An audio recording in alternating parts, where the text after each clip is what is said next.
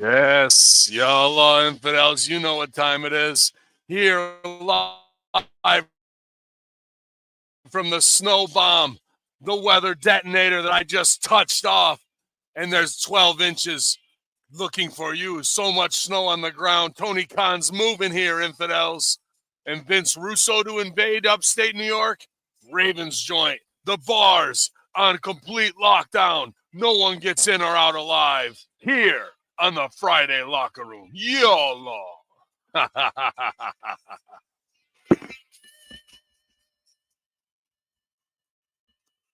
Oh man, we'll see. We'll see if that worked. I don't know. Trying to do some magic here right now. Some blood sugar sex magic. Some of that LeBron James. And what's that other ice spice magic? I guess whatever these stupid idiots are doing out there. But I must be a stupid idiot myself because it was a hell of a drive in to the joint today, man. Usually, what takes me 55 minutes was an hour and 35 minutes going 30 miles an hour, just driving through complete whiteout snow bomb conditions.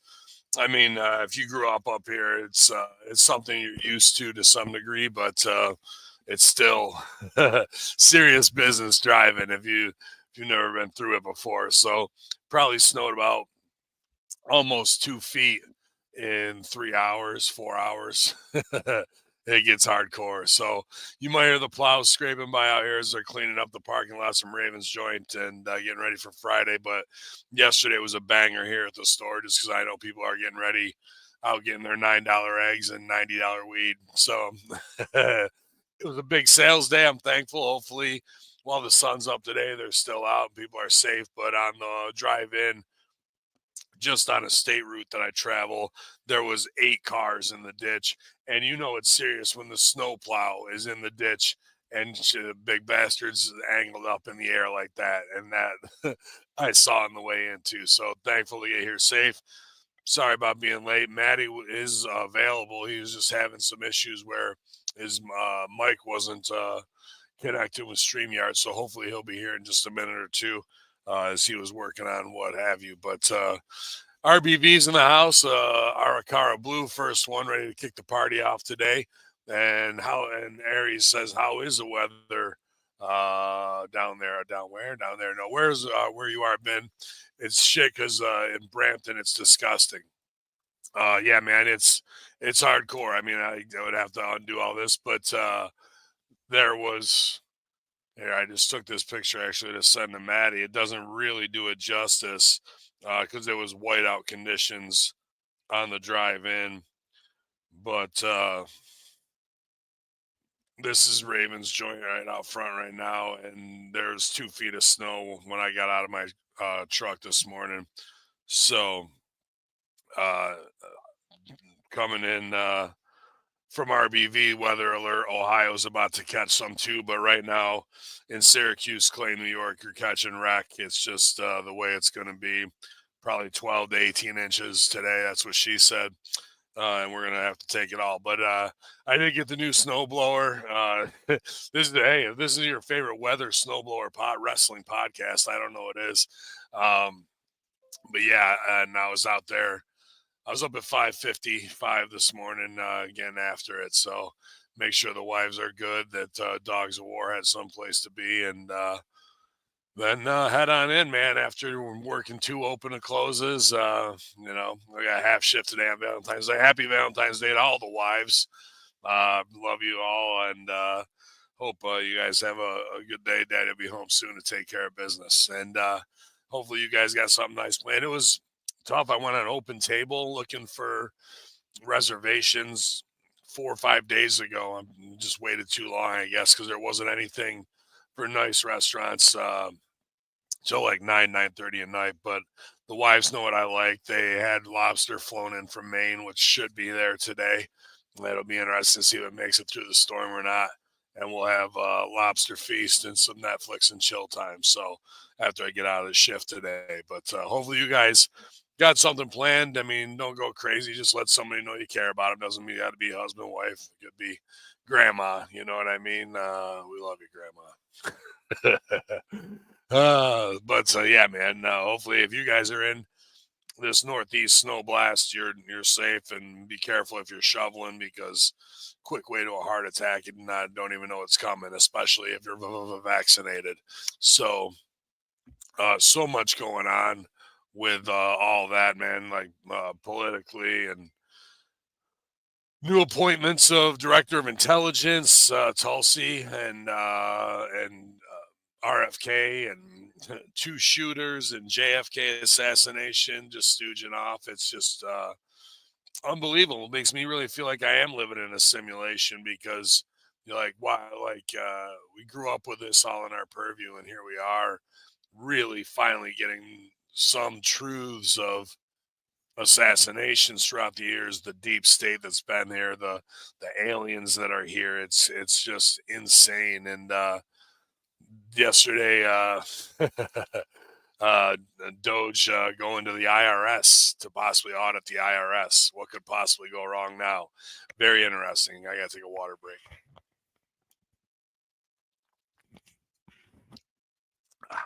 Good stuff.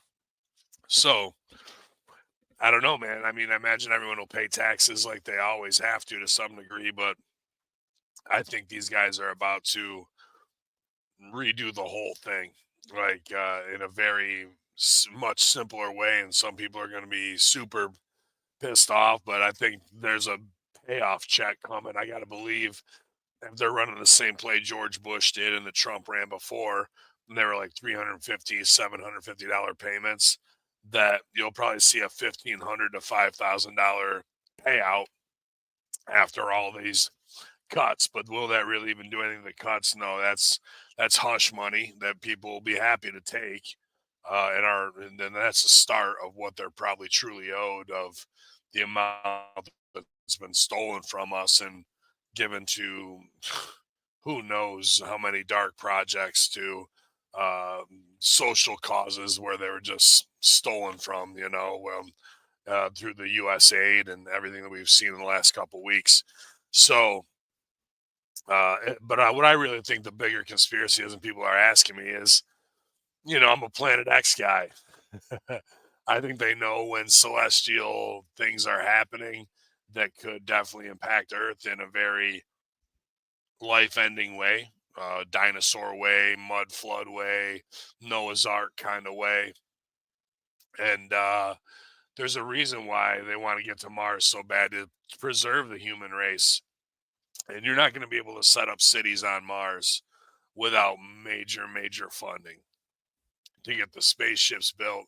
And why are aliens so in our mix right now too? Like, are these warning signs that impending Planet X bypass could do a polar shift, and we have to jettison this planet, or a certain population do, to preserve humanity? That takes billions upon trillions of trillions of dollars to get something like that even started, where you're terraforming Mars and building atmosphere and doing it with AI robots to lay the way before the humans can get there and make settlements. And who loves making settlements?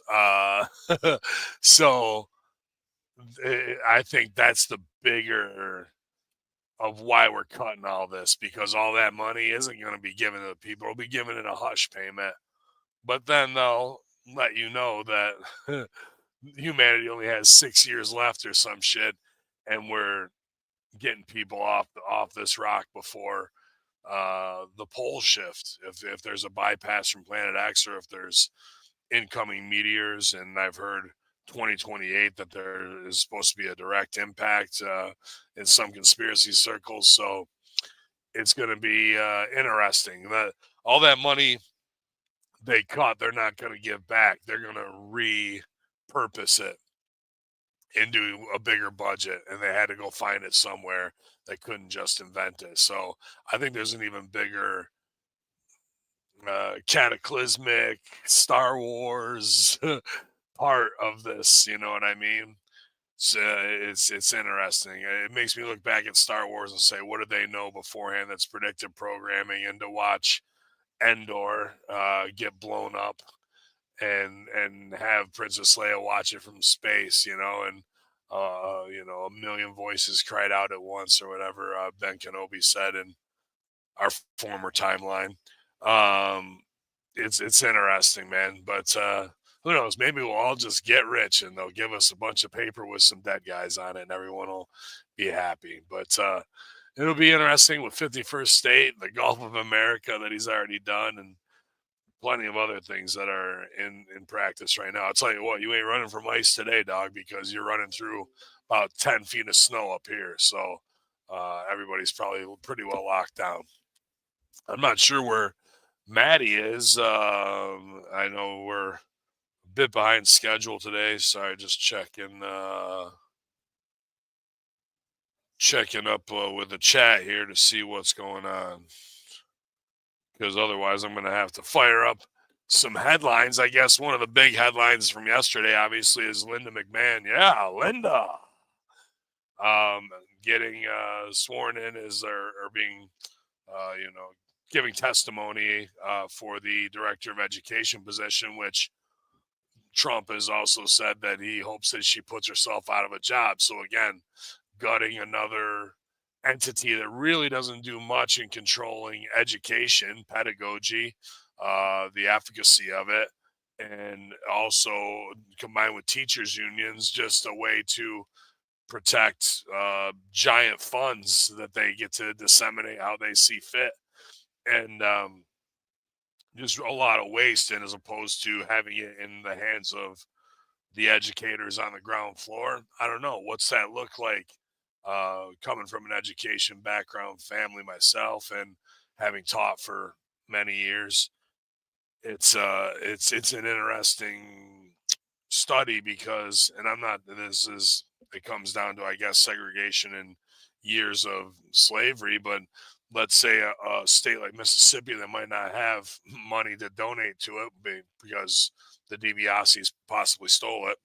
But let's say counties that are already poor in that state that don't have great teachers and great facilities and things along those lines, and standards continue to fall because it just is kind of more of a nursery and daycare as opposed to having a standard that needs to be met nationally. Now they've lowered the national standard. You can make the argument that it's places like I might have just described where that's what screwed up our system.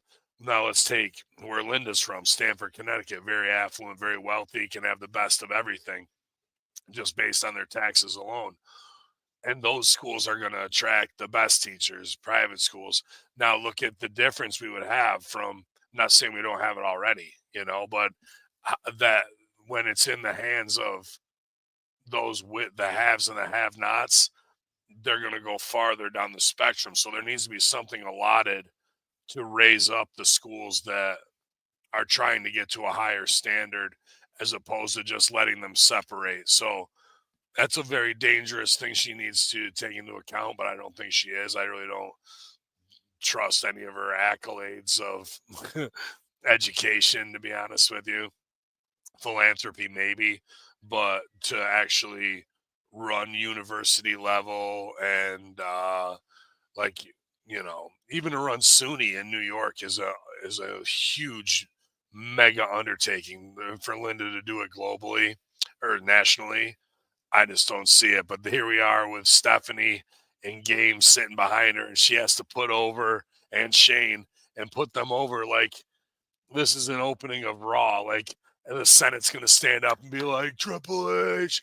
But there were people in that Senate later who probably were getting selfies with Game doing suckets to the Democrats or whatever. So it's crazy, dude, that they let wrestlers in the back door of this shit. And they really did when they let Trump in because he's nothing more than a fight promoter and New York builder gangster. So, um, yeah, Linda. Uh, she looked good. I just, am very skeptical of what her purpose is. And I think it's just to come in, wreck shop, and get the fuck out because they're already rich. And it's the favor to help Vince get out of hot water, which he allegedly did on one of the court cases. Everybody's acting like it's the Janelle Grant case, but it's not. It's the SEC case. And I don't doubt that there's more. I mean, they tried to follow the money and they couldn't, which is interesting to me because usually that's where they get you. Um, but Vince, not at this swearing in yesterday. Let's see. I'll check in with the chat here. Mike Martin's in the house. Dan Heffron, what's good? Uh, Dan says, I work as a contractor of the Department of Ed, jobs in serious jeopardy. Yeah, man, I think that's a healthy um, perspective of it, dude, because that's what they're there for. So I think, you know, challenges, there's opportunity there. And to have the foresight as opposed to going kicking and screaming, where can you and what you do as a professional step up and offer a product, offer a solution that's about to go away that is essential across the board. Maybe it's just essential in your state that make things unique, but it's things like this that interest me because not you losing your job. I want you to be prosperous and have a great life. But out of this chaos creates um, destandardization. So maybe like a program that maybe everybody might use, like a Blackboard learning management system or something along those lines, can be universal. But then maybe state to state, they have their own alert system or attendance system. I don't know. I'm just spitballing. And you can be a big fish in a smaller pond as opposed to trying to break in at a national level, and scalability and startup costs are far less. So I would think like, okay, what are they losing? How do I make money off of the void while providing educational service that I know is essential? So scary stuff, but sometimes those changes and getting kicked out of our safety zone make us better and more adaptable and give us the opportunity to chase something that we might have not otherwise because we felt safe where we were. And there's nothing wrong with safety, especially you got family and all that. There's priorities, but there's also excitement, creativity, and the purpose to live on the other side where you feel fulfilled based on something that you brought to market that benefited people. So like HMG or Ravens joint.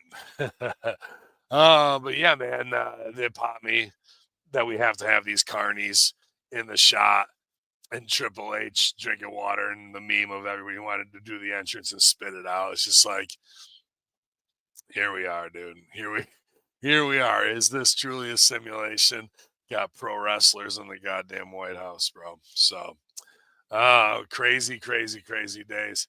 Let me just bring up the sheets real quick and we'll rip through a couple things. I guess another big story is Ricky Starks in NXT. Yeah, man, interesting because there's things they won't lean into, and there's things that I absolutely would lean into. And it's a lot of this is criticisms of guys who are on the roster that were influenced by guys who are on the roster. And like LA Knight takes a lot of shit, and I've said he's got great talent, but good artists create, great artists steal and make it their own. If you're not really making it your own, it just comes off as an impersonation. And that being the case, impersonations are great. They make a shit ton of money. Jim Carrey and plenty of other people have made quite big careers off it. But in this shit, you need to be original to some degree. So if LA Knight's boosting The Rock, Stone Cold, and Ric Flair and doing all of them pretty well in a blended combination, but they're still pretty almost on brand. We just changed the words. People say the same about Ricky Starks, looking like The Rock, wanting to be like The Rock. Well, I would lean into that. I would have some situation after we've created these worlds where LA Knight and Ricky Starks get cornered by The Rock, and we have some type of who's on first bit, some Abbott and Costello well thought out stooge bit where it seems like he's going to rip him a new asshole, but they get over on him and then he gets back over and everybody gets over off of a brilliantly written scene where everybody gets to pass the conch shell around and be the focus and have one-upsmanship. And then both those guys are made. That's what I say yes and, like, instead of going, I'm not doing anything with those guys because they're just a rip off of The Rock. You say, yes, I'm doing that. And here's how we get everybody over based off of that, because The Rock is really ripping Elvis Presley, most of his stuff, and a couple others influences I'm sure I'm forgetting that he's probably mentioned. But uh, that's how you just acknowledge what everybody's been already saying, and then you take it to another level. So the other part of that is, to come out of AEW right now is pretty easy to get signed to WWE. I'm not saying the guys they've signed recently aren't awesome. Penta's incredible. Ricky Starks can really work. Some people love him or hate him, but the guy's got money written on him. I just worry that he's going to end up kind of at a level of A-Town down, Julie Brown, whatever the fuck his name is, and his Australian partner Grayson Waller there. So um, there may be a ceiling, but right now it's just to make Tony Khan look bad. And Aleister Black and Miro are probably going to jump back over, and I don't have faith that WWE will get them over, but it does make Tony look like he couldn't even handle uh, one of these guys that were kind of ready-made stars to get them over, and even his homegrown stars like a Ricky Starks, he couldn't get over. Um, I'm trying to think who else has jumped ship recently back over there, but Harley Cameron in AEW is kind of stealing the show right now with her incredible talents, rap, ventriloquism, vocalist, and I've seen a lot of wrestling pundits say this is, do you guys see now, like, even the 5-star guys are like now back to tape trader masturbating because they see this beautiful girl with real talent that is obviously trained for a lot of years. You just don't pick up and do hip hop and vocals, writing and puppetry. And who knows? I'm sure she can probably juggle flames and shit like that. Um, overnight. That's lifelong 10,000 hour rule performance. And she's got a lot of circus in her. And it shows you that matches mean nothing. That even when they changed us from pro wrestling to sports entertainment, that wasn't just a rebrand to me. I think that was a smart call on what this whole business is. You could classify monster truck rallies with Gravedigger as sports entertainment to me. There's a lot of pomp, circumstance, testosterone, and ooh and ah, and fireworks and all that. And it's the same with wrestling. But if you're great at the entertainment part of this, the wrestling kind of comes second. You don't need to be a great wrestler, dude. A guy like Ralphus in WCW would pop the shit out of me just as a sidekick in the visual of it. Jericho was brilliant with that. Jericho a match, sure, there's plenty of Jericho matches that I enjoy the hell out of, but all he has to do is click a pen and people pop. That's operant conditioning and playing the game out and improvisation and understanding how to work with the audience, And this girl's got that 10 times over from everything I've seen from her. I think if she's not locked down to a long contract, she could jump to WWE right now and be uh, paid, laid, and made pretty much, dude. She's got the real entertainer level. I think Tony Storm does too in acting. I don't know. I think Tony's the vocalist, or I know they made a puppet. They were making a puppet for Tony Storm, so maybe we'll have a Muppets version of AEW Dynamite. Mark, what was the other show? Crank Yankers, kind of something in that vein. But I'm been thoroughly impressed with that young lady from the clips I've seen. I haven't really been watching the shows, but uh, what sucks about that is her stuff is so good that when something bad is on the show right after, and you got to follow it or try and follow the entertainment with 5-star wrestling, you've just lost the narrative and the understanding of what the show truly is, you know. So um, yeah, I'm not sure if Arakara Blue, if this is true, if she speaks Chinese fluently, Mandarin or Cantonese. I'm not sure. I wouldn't doubt it. It seems like a brilliant mind, and if she's that good of a vocalist, she probably has taken vocal phonetics of multiple languages, which I had to do in college. Your mom goes to college, so you can sing in French, Italian, Latin, German, with knowing, you know, what a lot of old school arias and whatnot are written in, so you understand how to pronounce things, even though you might not know what you're saying. The structure and vowels in Italian is far different than English, and in German there's umlaut and every other types of phonetic thing that's very different. So I wouldn't doubt that she probably is multilingual as well, and she speaks Australian, which is one of the hardest languages to understand. But yeah, man, the girls at AEW have something. I don't know, like how do we mix that in, and how do we make that the highlight of the show, and how do we keep it special and not beat a dead horse? And I would really think Jericho and Edge would have some really great ideas on how to keep building those girls up to a main event style. So, and really, Mercedes Monet should be cutting that girl a check because she saved her by making fun of her of how bad she is at the entertainment side. Even though Mercedes Monet thinks she's way up here, very amateur performance all the time.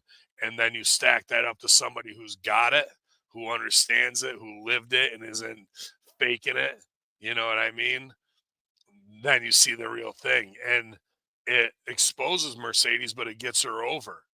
It definitely helps get her over. So that pairing was very smart in how they used the real talent of Harley Cameron to expose but enhance Mercedes Monet. So and when things are done well and interesting, maybe they stumbled upon it. I mean, everything's crafted to some degree, but there was probably an aha moment where the producers backstage, maybe Pat Buck or somebody, looked over their shoulder at somebody else and went, I think we got something here.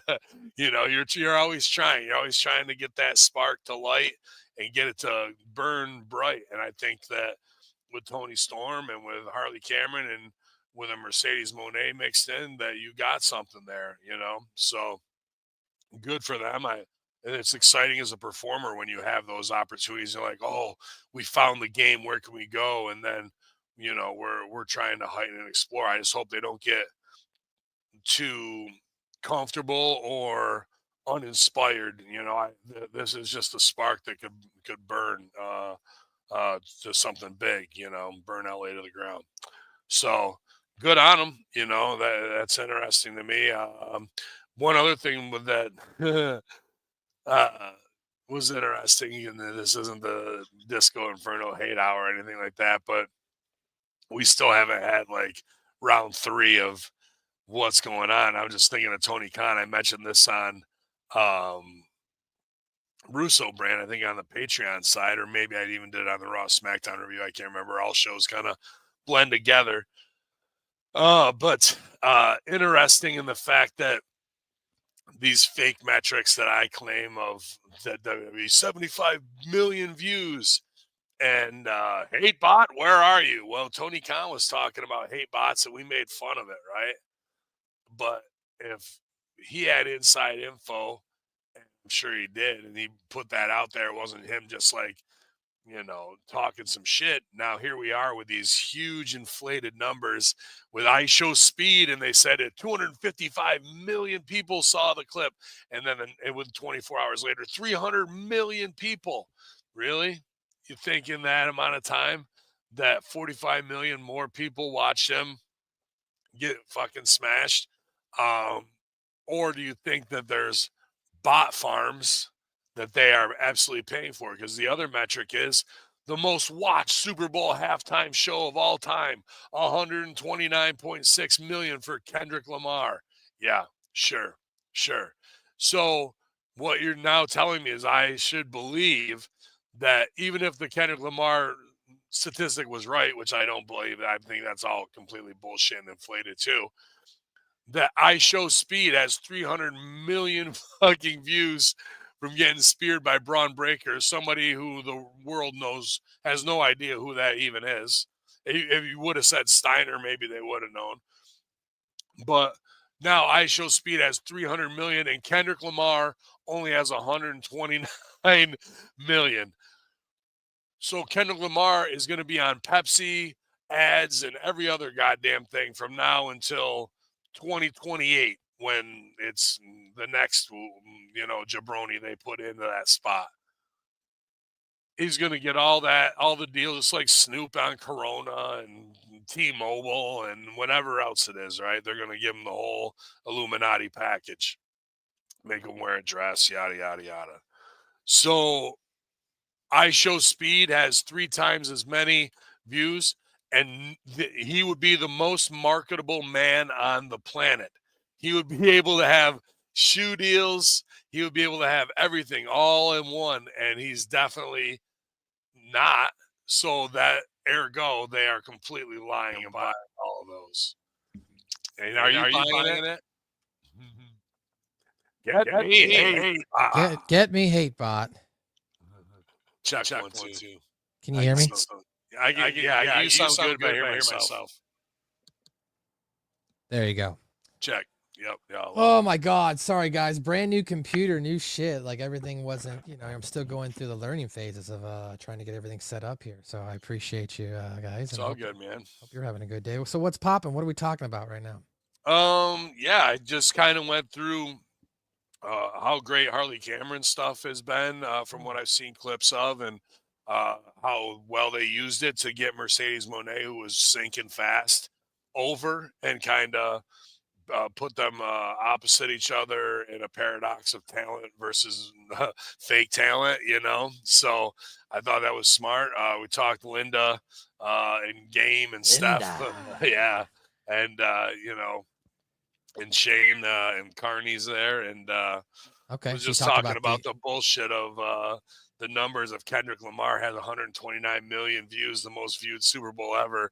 But I Show Speed has 300 million views by getting hit by Braun Breaker, who nobody even knows who that is outside the wrestling bubble. Then why and Kendrick Lamar is about to be on Pepsi or Sprite commercials.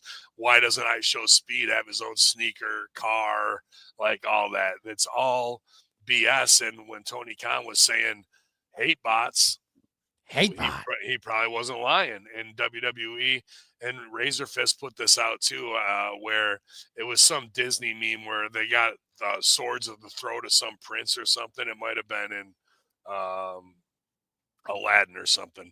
And they said, state one opinion that would have wrestling fans have you like this.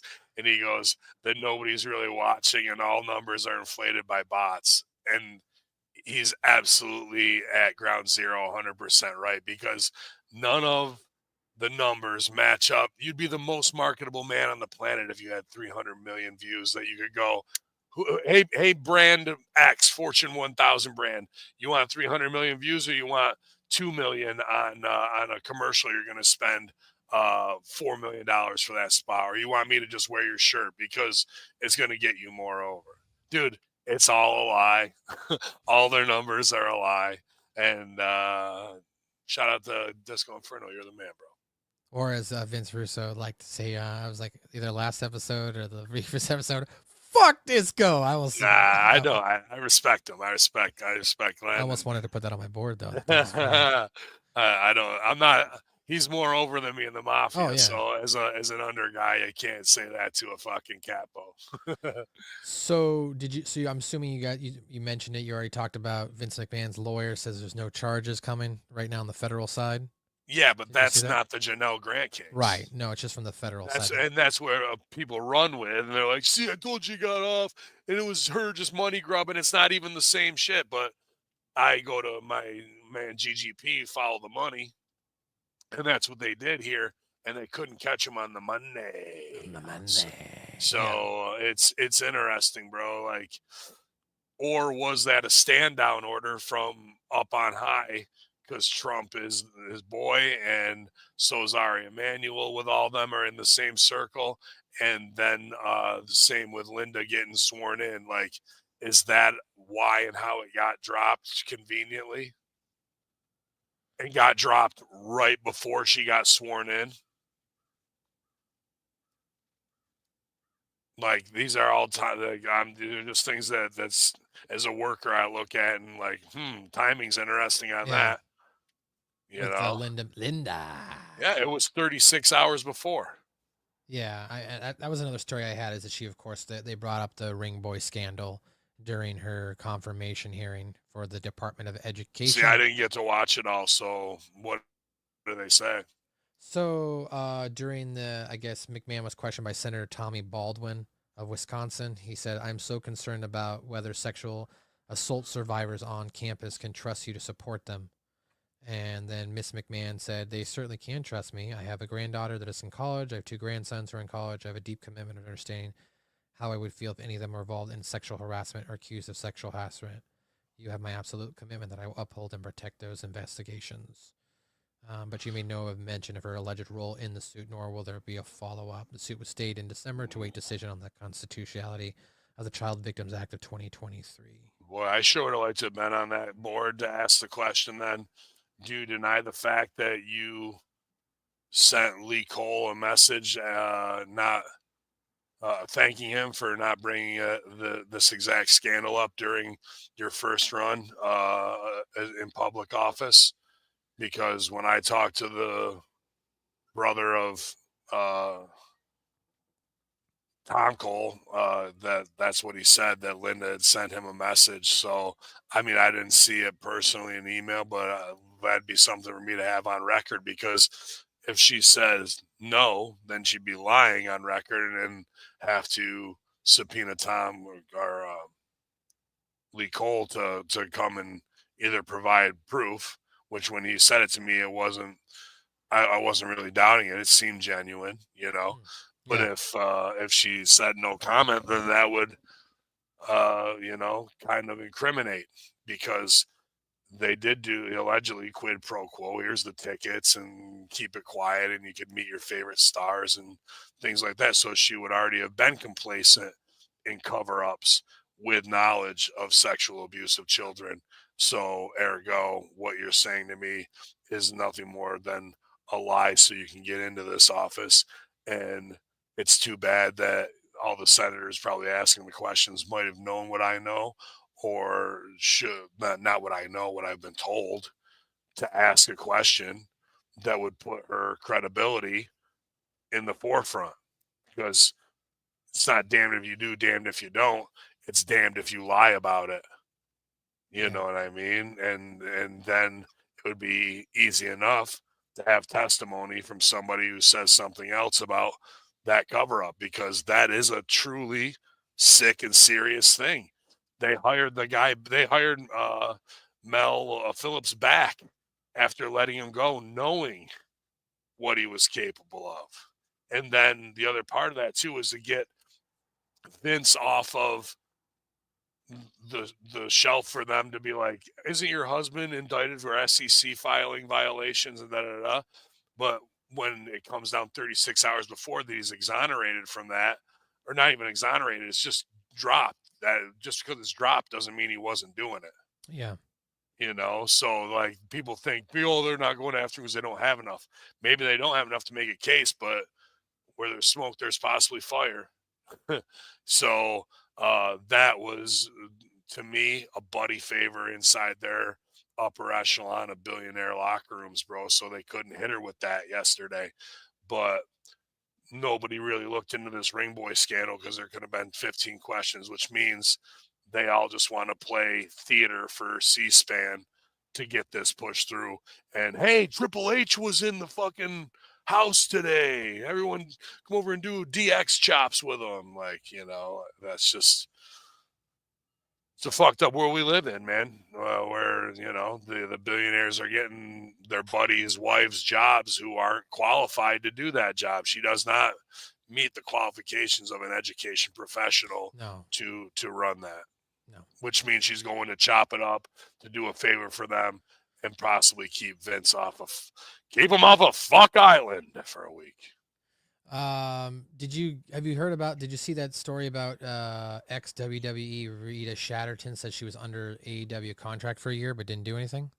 Yeah, that's interesting to me. I mean, Tony's got money to blow like that, and she actually worked Dynasty, which is GGP and I and my other tag partners have worked there. Chris Envy was real good to us, and then that kind of split off and became Immortal, and Envy had moved for a while, but now he's back. But he brought Rita Chatterton in, and I'm not saying this woman doesn't deserve to make money in the business, and she's been in it, and she's been in it at a high level in the 80s. But when you start bringing people back who are controversial because of reasons like that, you're really exploiting them kind of at the lowest level, Yeah, that's what I thought. It's kind of odd. Like, why would you sign her for a year like that? But the other part of that is this lady got fucked over by wrestling in more ways than one, major trauma. Let me give something back because I love wrestling and I have the money to do it. And maybe she needed to pay off her house or trailer in Florida or something. That's good-hearted shit by Khan if you got it like that. Yeah. You know what I mean? Like, I'm not here to blow sunshine up Tony Khan's ass today, but things like that are, yeah, exploitative, but then B, a charitable good job. And Jericho does things like this a lot. You know what I mean? As much heat as he takes, or controversy or whatever Hausman tried to do to out him, like. And at the same time, when wrestlers get hurt or somebody's got to GoFundMe because they don't have the money to pay the bills, Jericho's always usually there with a pretty hefty sum and not like putting it out there. It usually gets stooged off. It's not him putting it out. You know what I mean? So, Right. I guess even in this mafia that we do sign up for to have the spotlight addiction and all the other carny gossip girl bullshit that we're all addicted to, there is times where you get a chance to make it right a little bit and leave it better than how you found it, And I Right. kind of chalk it up to that. It sucks that we're exploiting the carniness and the dark side of the ring shit that's popular. I don't like it, but it also gives an opportunity to make right, because otherwise it would have just sat under the carpet for how many years and no one would have gotten anything. Yeah. All right. Well, did you see that the Undertaker? I know you got to get wrapped up here to get started, Yeah, but it's all good. did you see WWE's Undertaker? Did you hear or see that Undertaker on his relationship with Vince McMahon, and he watched the Super Bowl with him? I saw that the headline. I didn't click into it. So he said this was on what show was he on? Bubba Ray Okay, Dudley's. yeah. So he said I was his guest. Yeah, look, I'm gonna get hate for that. People are like, oh, you guys were so close. You know what happened? I'm like, I don't know what hasn't been done. We don't talk about those things. But he's a friend. Okay, dude. But he is a friend of mine. He gave me an opportunity to make something in my life. Through the course of all these years, we became friends. After my father passed away, he was a father figure. He's a brother. He's a mentor. He said, "There's only one judge, the man upstairs. He's going to give us all." He's a father. He's a brother. He's a mentor. But I don't know what he was doing all for the 30 years I was around him. It's all news to me, Briz. At first, I didn't know my father, brother, mentor. But I had no idea. I'm completely clueless. How does that work? I have a father and a brother. I know what the fuck's going on with both of them. And I'm not around them nearly as much as Taker was with Vince. So Right. don't give me that worker bullshit, dude. Like, this is them being comfortable in the locker room. Don't worry about it, pal. I already got word that the lawsuit's done. We can go to the Super Bowl, and be seen in public to go do that. Like Vince doesn't want to hang out with the marks and do that, and also to maybe patch it up with Shane because I heard things weren't good there. And Undertaker is like his fucking walking babysitter. Like when Vince was all frail and Saudi and shit, and Taker was having to hold him up. So, I mean, Taker's Yeah. one of the most made OGs there are. How do you say anything against what he's saying about not believing it? But in the same promo, he buries it and then puts it over. That shit doesn't make sense to me, bro. That to me means I'm over, I'm comfortable in the locker room, and I can give a PR answer, even though you motherfuckers know the real deal. You know? Yeah. So I mean, what am I supposed to say against the Undertaker, bro? You know? Tell me what you knew. Sure, dog. Like, that's gonna go well for anybody. All right. Well, last I guess thing I've got here is I don't know if you talked about it, but did you see that Doge is now at the IRS? Yeah. So I was like, very interesting. I did a big conspiracy bit at the top of, Okay. what's really coming. And I'm a Planet X guy, and I think they really want to start terraforming Mars, and that's going to take trillions upon trillions of dollars. So all this cut and expenditure is not just for like the stupid social programs that are stealing money to funnel it back into crime families like the Bidens and the Clintons, and whoever else that makes 200 grand a year that's worth 40 to 80 million dollars, Pocahontas or Bernie or any of them. Like that's gonna, like, that impending doom is coming from outer space. Aliens are here for a reason, and that the god of war itself, Mars, is going to be possibly one of the only safe havens, because they may know a direct impact on a dinosaur level is coming, and we need to preserve humanity. I think that's what all these mega cuts are for, is to build the bank account that they're going to need to start making motherships with robots to go terraform and spray the skies of Mars to create an atmosphere that humans can eventually live on. And I'm talking 5 to 10 years time. I've heard about rumors about 2028 impact events that are predicted. Yep. So Oh, we talked about that up top, and a lot of fucking snow. So okay. Then I guess last thing is, have you seen all the TNA departures as they just started that new relationship with WWE? yeah, that's interesting. So The Office is the dude from Josh Anthem. Matthews and Christy Hemme are gone. That's I think Yeah, that was a dude. So big one. Josh Matthews was kind of my contact / boss that I would check in with when I was working there. Really good dude to work with, and has been there for probably 15 years. I don't think he was ever not in the office, dude. And so Hey, I but mean, he served as a play-by-play announcer from play by 2014 to play, I mean, 21. he's Yeah. done it all. Kind of came from Tough Enough. He's had a job since Tough Enough, really. I Yeah. mean, I don't know if he had a supplemental gig where he did anything else, but definitely been there for a super long tenure and was easy to work with, a worker in the office. So he knows the real shit. Christy Hemme, I've only met at shows, so I'm not sure. But who does that leave? Tommy Dreamer and Jimmy Jacobs.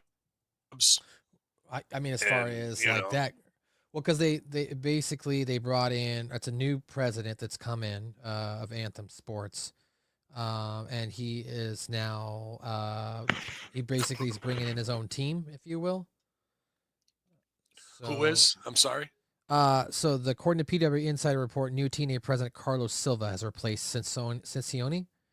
He Okay. is formerly a longtime sports production, winning 10 Emmys, working for CBS, and even being president of the Cleveland Browns from 2005 to 2007. Wow. He's also president of Veras Communications, an Ohio-based company that specializes in telecommunications and information and data. So, I'll be interested to hear RBV's take on yeah, that on yeah, Monday, it's because I didn't see that updated part of the story.